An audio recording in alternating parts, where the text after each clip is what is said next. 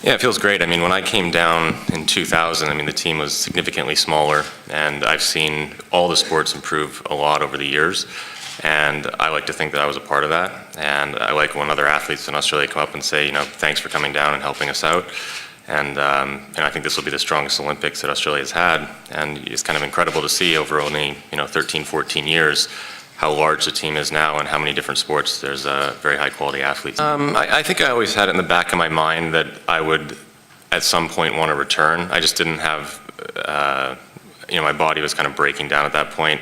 I hadn't let my knee fully recover by Vancouver for the Olympics. I mean, I started competing on a full-blown knee in 6 months when I was supposed to wait 18 months.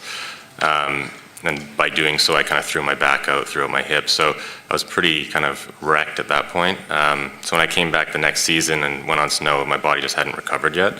So I kind of figured, take time off, take some time away and really work on some physical things at the gym to see if I could kind of get the body back in shape. And if I did, I always kind of thought I might come back, but you just don't know at that point.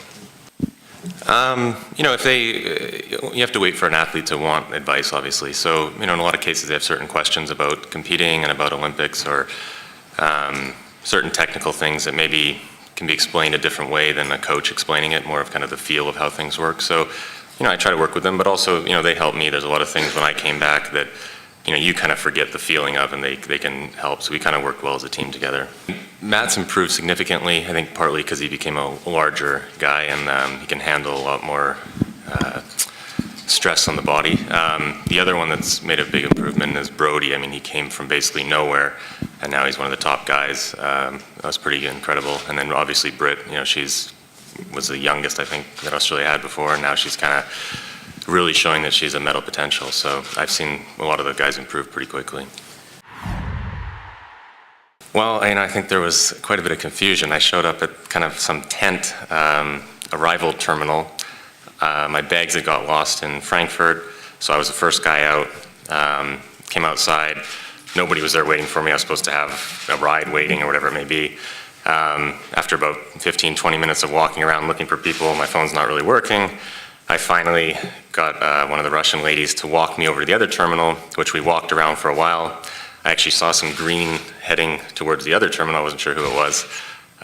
We stood there for quite some time trying to get a hold of our ride. And then by the time we got in the car, then I guess everybody had showed up, and I didn't really understand what was going on, so it was just a bit of, confusion.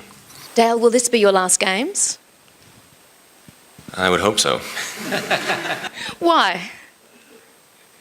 Getting too old. I'm like the old guy out there. I remember being the young guy always with all the other older guys around, but now I'm one of the oldest, I think.